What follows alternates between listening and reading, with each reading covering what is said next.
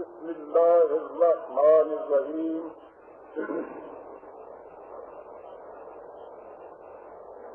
فرشتے پوچھ لیتے ہیں میرے رخسار سے آنسو،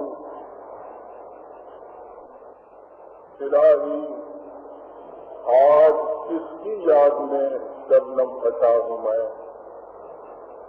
صدر محترم،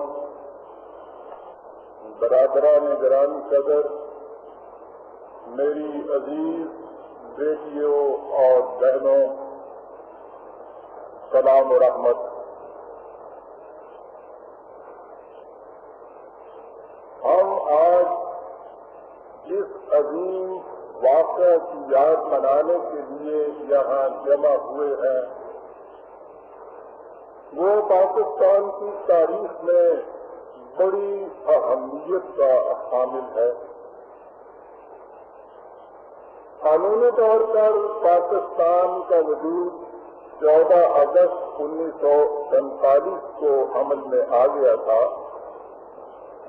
لیکن اسی دن سے ہندو اور انگریز نے یہ عزم کر لیا تھا کہ وہ اس مملکت کو قاسم بدہن مٹا کے چھوڑے گا. اور جیسا کہ میں ذرا آگے چل کر عرض کروں گا، انہوں نے اپنے اس مضمون ارادے کو چھپا کر نہیں رکھا تھا.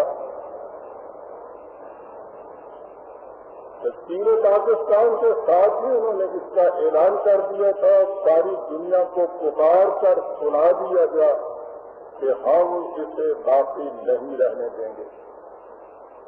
وہ 17-18 برس تک کامل اس سازش میں لگے رہے، تاہم کہ جب انہوں نے دیکھ لیا کہ اس کے لیے پوری تیاری ہو چکی ہے تو وہ 6 ستمبر کی صبح بغیر کوئی پہلے الٹیمیٹم دیے ہوئے تاریخی کی چادریں لپیٹ کر ڈاکوؤں کی طرح پاکستان پر حملہ آور ہو گئے.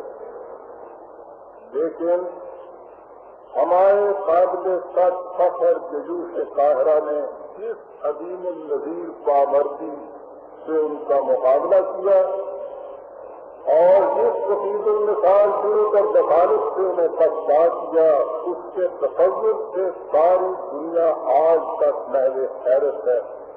اور وہ ظاہر ہی نہیں کر سکتے کہ ایسا بھی ممکن تھا. انہوں نے ناممکن کو ممکن بنا کے رکھا. پاکستان کی بنیاد پر حقیقت ستمبر 1965 کی جنگ میں رکھی گئی. یہی اس کا یوم تاسیس ہے اور اسی اعتبار سے اسے منانے کے لیے آج ہم اس کی شہادت حاصل کر رہے ہیں.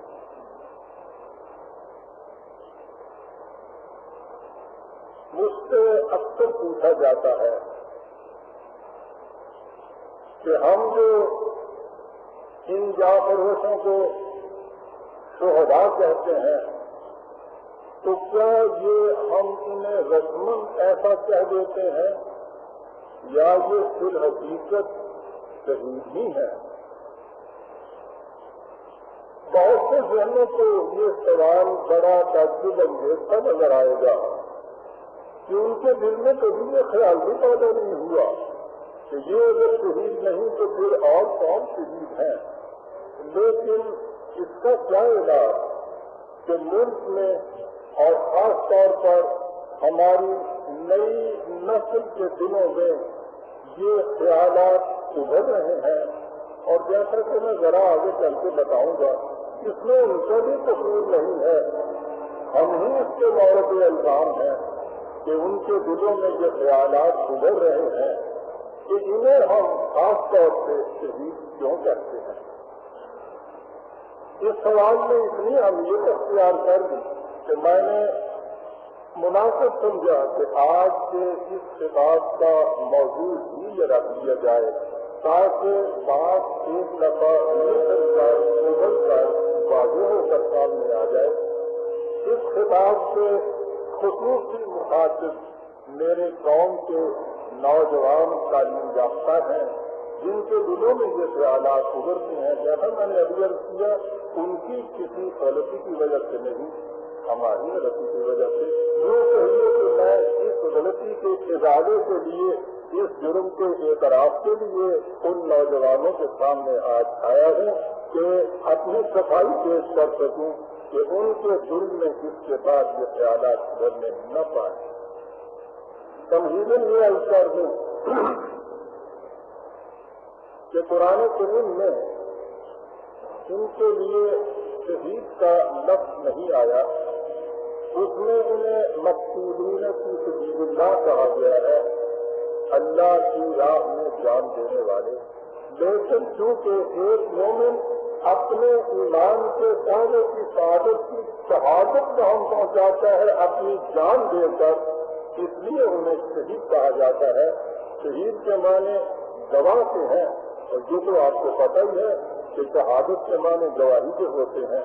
وہ اس اعتبار سے شہید ہوتا ہے کہ وہ اپنے دعوی ایمان کی شہادت کو ہم پہنچاتا ہے اپنا خون لینے کے بعد۔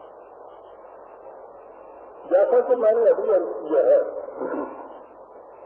یہ سوال ہماری نژاد نو کے دنوں میں ابھرتا ہے۔ وہ کہتے یہ ہیں کہ یہ جنگ بلاخر دو ملکوں کے درمیان جنگ تھی، دو مملکتوں کے درمیان جنگ تھی، دو قوموں کے درمیان جنگ تھی۔ ہماری فوج نے اپنے ملک کی حفاظت کی ہے، اپنے وطن کا تحفظ کیا ہے۔ وطن کی حفاظت بڑی چیز ہے، لیکن اپنے وطن کی حفاظت تو دنیا کی ہر قوم کرتی ہے، ہر قوم کی فوج کرتی ہے، ہر فوج کا سپاہی کرتا ہے۔ تو پھر یہ کیا کہ ہمارے وطن کی حفاظت جن افواج طاہرہ نے کی اور اس کے لیے جن جانفروشوں نے اپنا وقت دیا، اپنی جان دی، انہیں تو ہم شہید کہتے ہیں، لیکن باقی دنیا کے ایسے ہی سپاہی، ایسے ہی جانباز، ایسے ہی جانفروش جو اپنے وطن کی حفاظت میں اسی طرح سے جان دیتے ہیں، انہیں ہم شہید نہیں کہتے۔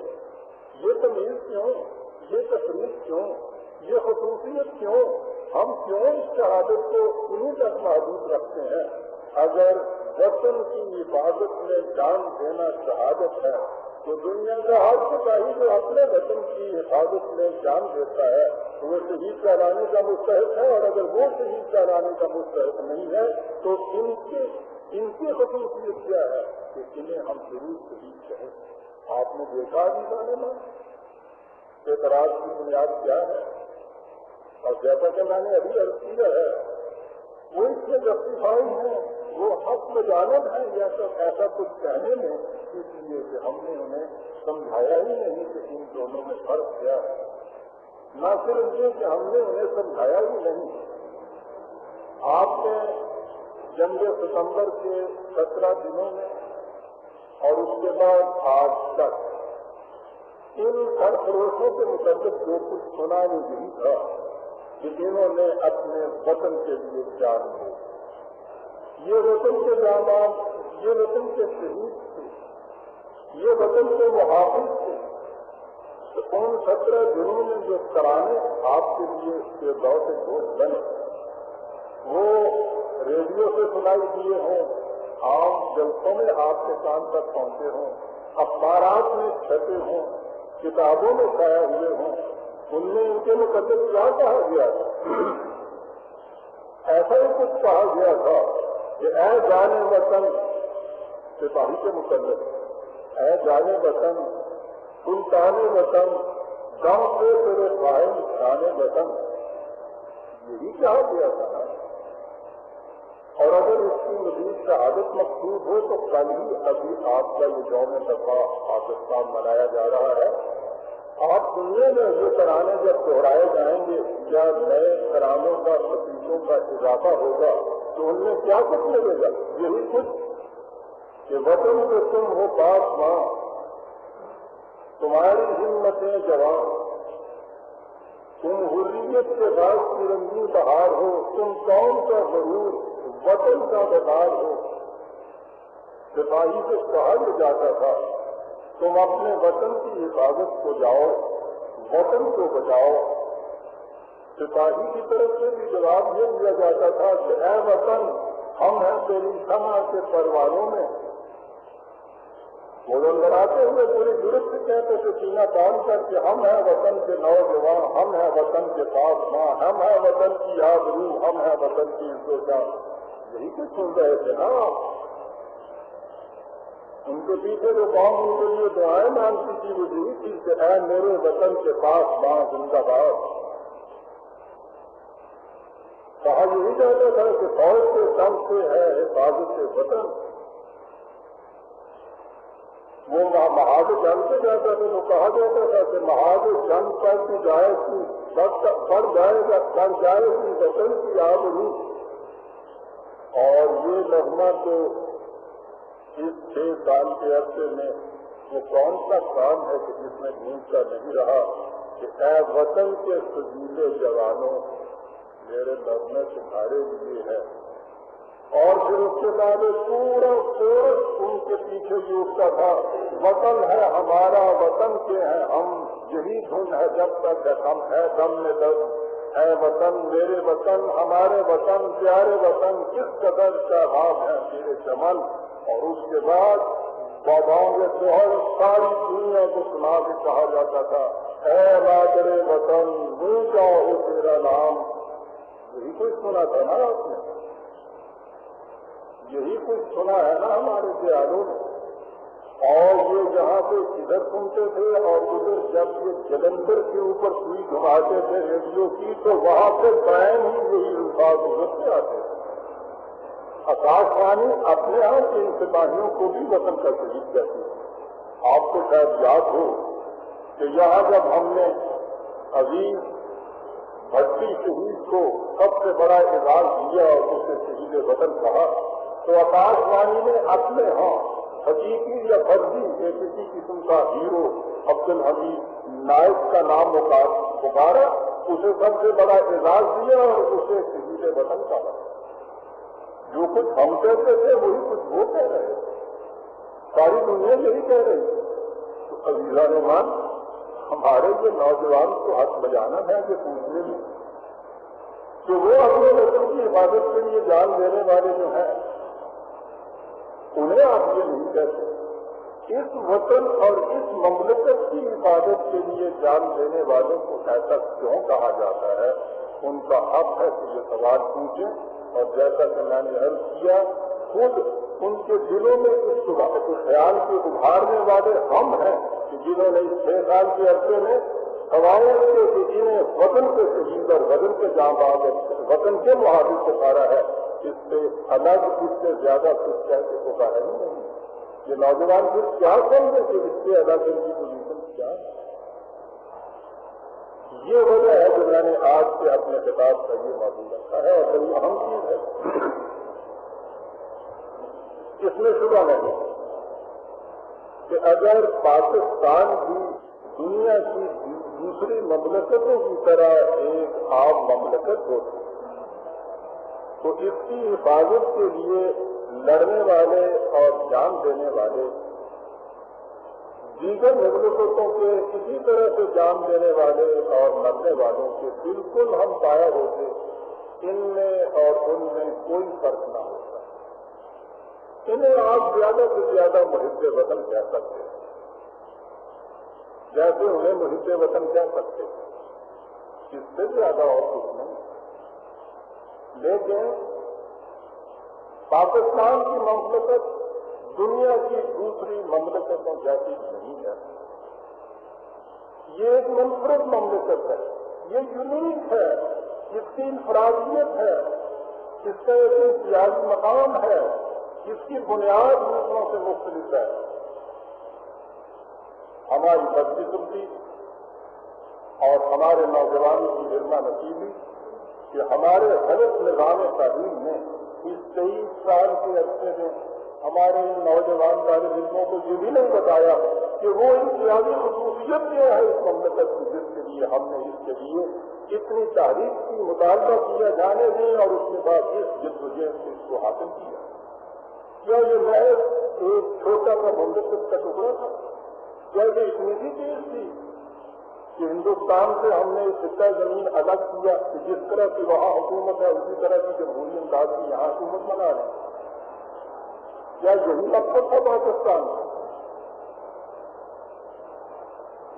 آج تک تو ان نوجوانوں کو یہی کچھ بتایا جاتا رہا اور وہ سچے بھی ہیں. میں نے عرض کیا ہے کہ ہماری غلط نظام تعلیم نے یہ کچھ کیا ہے اور بدقسمتی یہ ہے کہ آج تک نہ تو تحریک پاکستان کی کوئی ایسی تاریخ لکھی گئی ہے کہ جس میں یہ بتایا جائے کہ جو یہ امتیاز کیا کہ یہ کس طرح باقی دنیا کی مملکتوں کے منفرد مملکت تھی. حتیٰ کہ اس مملکت کے بانی قائد اعظم علیہ الرحمہ کی کوئی ایسی سوانح حیات بھی نہیں ہے جس میں خصوصیت سے اس چیز کو نمایاں کیا گیا ہو کہ انہوں نے کیا مطالبہ کیا تھا اور کس مطالبے کی خاطر کس کی قربانیاں دی.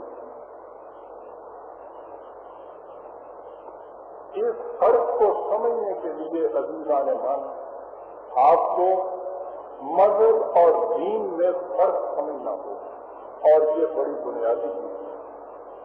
مذہب خدا اور بندے کے درمیان پرائیویٹ تعلق کا نام ہے. پوجا پاٹ پرستش بھکتی کے چند طور طریقے وہ انسان مندر میں مسجد میں گرجا میں حتیٰ کہ اپنے گھر کے اندر جنگل میں پہاڑ کی چوٹی پر اکیلے بیٹھا بھی کچھ کر سکتا ہے. مگر ہر حکومت کے اندر زندہ رہ سکتا ہے. ہر حکومت اس کی آزادی کی ضمانت دیتی ہے. ہندوستان میں انگریزوں نے ہندوستان کو محکوم بنایا غلام بنایا لیکن ملکہ وکٹوریہ نے اپنے منصور میں مذہبی آزادی کا اعلان کیا. جب یہ تحریک پاکستان شروع ہوئی ہندو نے بھی یہ کہا کہ ہم یہاں کے مسلمانوں کو مذہب کی پوری آزادی دیتے ہیں لیکن اسلام تو مذہب ہے نہیں. اسلام دین ہے اور دین کے معنی ہے ایک ایسا نظام حیات جس میں مملکت قوم انفرادی اور اجتماعی طور پر خدا کے قوانین سے تابع زندگی بسر کر سکے. اگر وہ اجتماعی نظام آپ کا ایسا نہیں کہ جس میں قوانین خداوندی نافذ ہوتے ہیں تو پھر اسلام دین نہیں رہتا وہ مذہب بن جاتا ہے. اسلام کو دین بننے کے لیے ایک الگ خود مختار آزاد مملکت کی ضرورت ہے اور اس مملکت کا کی وجہ جواب اس کی جسٹیفیکیشن فار ایگزسٹنس جو ہے قرآن کے الفاظ میں یہ ہے. سورہ روم میں آپ دیکھیے کہا یہ گیا ہے کہ وعد اللہ الذین آمنوا منکم وعملوا الصالحات ليستخلفنهم في الارض. ایمان اور اعمال صالحہ کا لازمی نتیجہ اس دنیا میں مملکت اور حکومت ہے لیکن یہ کاہے کے لیے ملتی ہے یہ اگلا ذکر ہے اس کا کہ وَلَا يُمَكِّنَنَّ لَهُمْ دِينَهُمُ الَّذِي ارْتَضَىٰ لَهُمْ تاکہ وہ اس مملکت میں اپنے اس دین کو اسٹیبلش کر سکیں متمکن کر سکیں جسے خدا نے ان کے لیے پسند کیا. مملکت ملتی ہے ایمان و اعمال صالحہ کے مسئلے میں نتیجے میں وہ مقصود کی ذات نہیں ہوتی وہ اس مقصد کا ذریعہ ہوتی ہے کہ اس میں دین کو متمکن کیا جا سکے. یہ ہے عزیزان من وہ بنیادی چیز جس سے اسلامی مملکت دنیا کی دوسری مملکتوں سے منفرد اور متمیز ہوتی ہے. ہر مملکت مقصود بالذات ہوتی ہے. مسلمانوں کی مملکت مقصود بالذات نہیں ہوتی ہے بلند مقصد کے حاصل کرنے کا ذریعہ ہوتی ہے. یہ حقیقت مسلمانوں کی نگاہ سے صدر اول کے بعد 1300 سال تک موجود رہی. کہا کہ ہندوستان میں سب سے پہلے اسے علامہ اقبال علیہ الرحمہ نے 1930 میں الہ آباد کے مقام پر اپنے مسلم لیگ کے سالانہ اجلاس کے مشہور خطبے میں ان الفاظ میں اس کی وضاحت دی. انہوں نے فرمایا تھا کہ ہندوستان دنیا بھر میں سب سے بڑا اسلامی ملک ہے. اس ملک میں اسلام بحیثیت ایک تمدنی قوت کے اسی صورت میں زندہ رہ سکتا ہے کہ اسے ایک علاقے میں مرکوز کر دیا جائے. حقیقت یہ ہے کہ اسلام خدا اور بندے کے درمیان ایک روحانی واسطے کا نام نہیں، یہ ایک نظام حکومت ہے، اور حکومت صرف اپنی آزاد مملکت کی میں قائم ہو سکتی ہے. اس لیے میری آرزو یہ ہے کہ پنجاب، صوبہ سرحد، سندھ اور بلوچستان کو ملا کر ایک واحد اسلامی ریاست قائم کر دی جائے. یہ بھی پہلے ان جو رکھی گئی تھی مطالبہ پاکستان کی، یہ تھا مقصد اس خطۂ زمین کے حصول کا.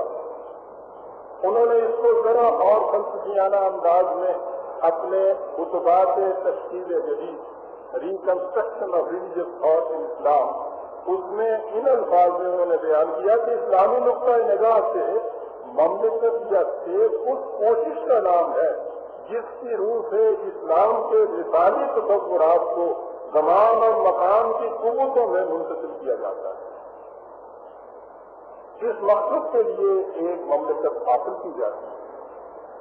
علامہ اقبال نے 1930 میں یہ کچھ کہا اور 1937 میں انہوں نے اس شمع کو قائد اعظم کے ہاتھ میں دیا، اور اس کے بعد قائد اعظم نے اسی پیغام کو مسلسل 9-10 برس تک ہر موقع اور مقام پر اس طرح دوہرایا کہ اسے شہروں نے بھی سنا.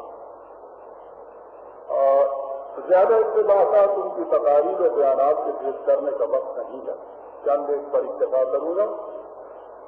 19 اگست 1941 کو وہ حیدرآباد دکن کی عثمانیہ یونیورسٹی میں تشریف لے گئے. وہاں کے طالب علموں نے یہ پوچھا کہ مذہب اور مذہبی حکومت کے لوازم کیا ہیں اور جس مملکت کے لیے آپ جدوجہد کر رہے ہیں اس کی خصوصیت کیا ہو. بڑا پرٹیکولر سوال تھا طالب علموں کا. سنیے کہ قائد اعظم نے اس کا کیا جواب دیا. انہوں نے فرمایا کہ جب میں انگریزی زبان میں مذہب یعنی ریلیجن کا لفظ سنتا ہوں تو اس زبان اور محاورے کے مطابق لامحالہ میرا ذہن خدا اور بندے کی باہمی نسبت اور رابطے کی طرف منتقل ہو جاتا ہے. لیکن میں خوب جانتا ہوں کہ اسلام اور مسلمانوں کے نزدیک مذہب کا یہ محدود اور مقید مفہوم یا تصور نہیں ہے. میں نہ کوئی مولوی ہوں نہ ملا، نہ مجھے دینیات میں مہارت کا دعویٰ ہے. البتہ میں نے قرآن مجید اور قوانین اسلامیہ کے مطالعے کی اپنے طور سے کوشش کی ہے.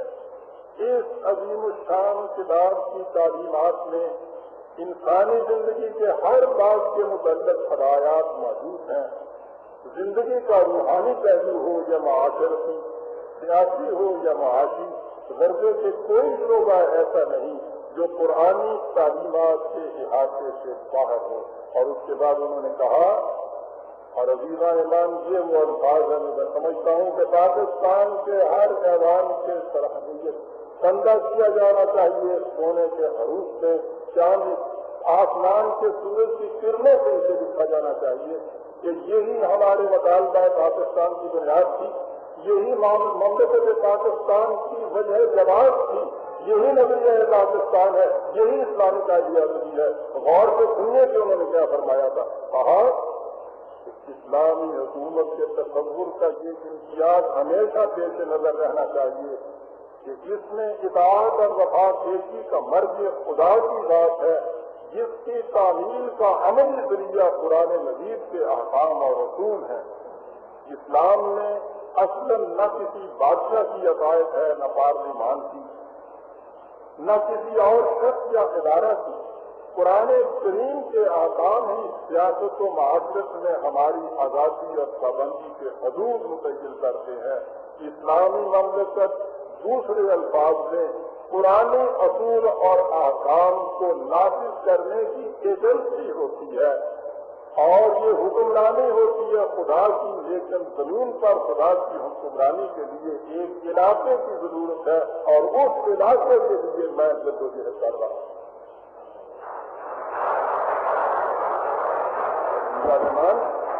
اور فرمایا آپ نے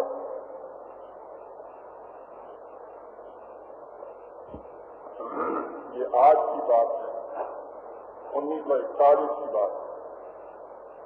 اس سے آپ نے دیکھ لیا کہ پاکستان کا مطالبہ تھا تو اس لیے تھا کہ ہندو نے ہمیں وہاں اتنا تنگ کر رکھا تھا کہ ہم نے مجبور ہو کے اس سے کہہ دیا کہ دل ایسی چیز کو ٹھکرا دیا نسبت پرستوں نے، بہت مجبور ہو کر ہم نے آئینے وفا بدلا قتل نہیں.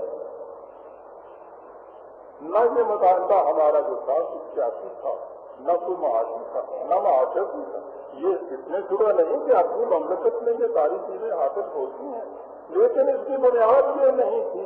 اس کی بنیاد خالص دینی تقاضا تھا، اسلام کا مطالبہ تھا، قرآن کا مطالبہ تھا، مسلمان ہونے کی بنیادی شرط تھی یہ. اس لیے ہم نے یہ پاکستان کا مطالبہ کیا اور یہ مطالبہ جب ہم نے کیا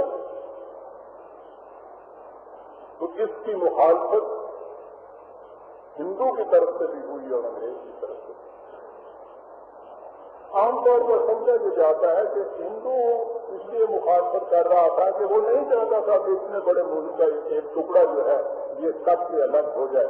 عزیزہ مہمان یہ بات نہیں. شاید ہم تو اس حقیقت کو زیادہ وضاحت سے نہیں جانتے تھے. ہندو کی دور رس نگاہ اس کو جانتی تھی کہ اسلام اگر مذہب کی حیثیت سے زندہ رہے تو قتل کوئی نقصان دہ چیز نہیں. ہندوستان میں مسلمان ایسا کرے، الگ مملکت میں ایسا کرے، کوئی چیز پریشانی کی نہیں ہے. لیکن اگر کوئی ایسا خطہ زمین ہوا کہ جس میں قرآن کے مطابق عملی نظام متشکل ہو گیا تو اس نظام کے نتائج ایسے ہوں گے کہ وہ ہندوؤں کے پورے نظام مملکت کو کھا جائے گا.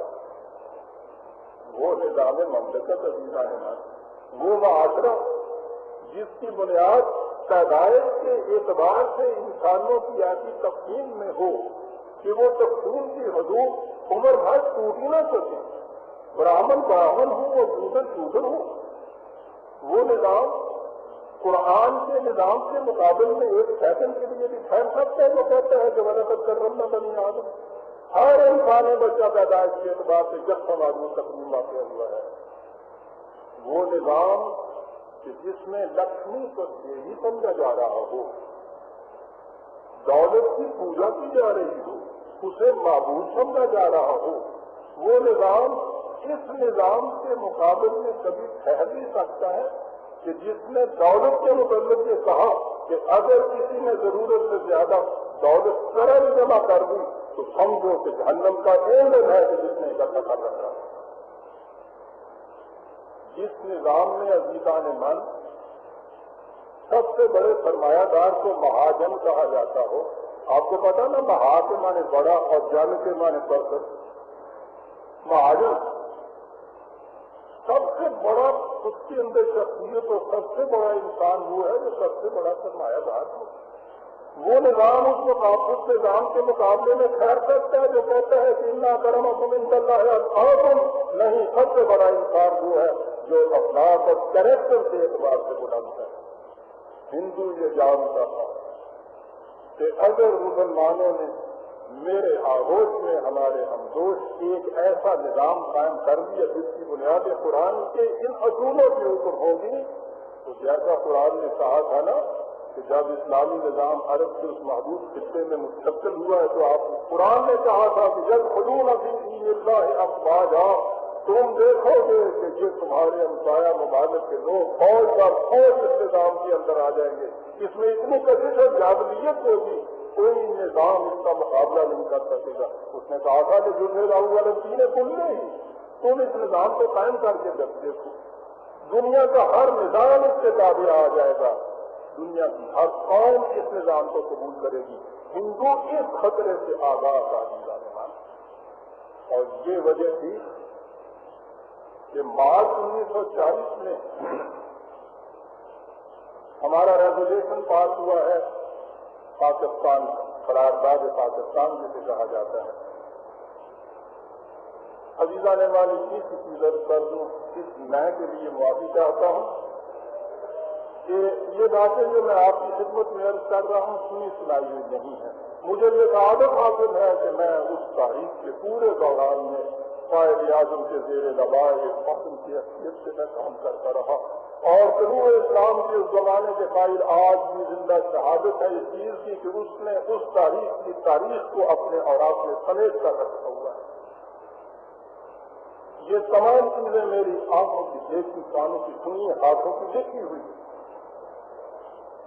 مارچ 1940 میں وہ قرارداد پاس ہوئی، اور اپریل 1941 کے شروع میں، یعنی اس کے چند ہی دنوں کے بعد، مہاتما گاندھی نے یہ لکھا کہ میں پوری